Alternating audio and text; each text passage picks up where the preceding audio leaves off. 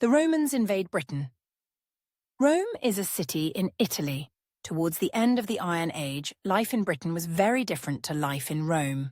Rome was more developed than Britain. At that time, Rome was ruled by a dictator.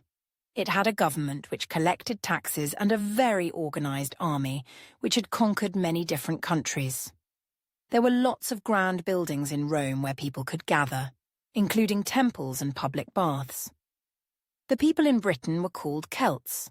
They lived together in groups called tribes that were ruled by a chief. They lived in settlements such as hill forts, and they didn't have a government, an army, or pay taxes. The only buildings they had where people could gather together were places like Stonehenge, where people did things like have feasts. In 55 BC, an army general from Rome called Julius Caesar invaded Britain. When Caesar came to Britain, he wasn't prepared for the British weather. He was born near the Mediterranean Sea, which is mostly calm and only has a small change in tides. When he arrived in the English Channel, the storms and high tides battered his ships. Another problem was that Caesar's ships were big and heavy.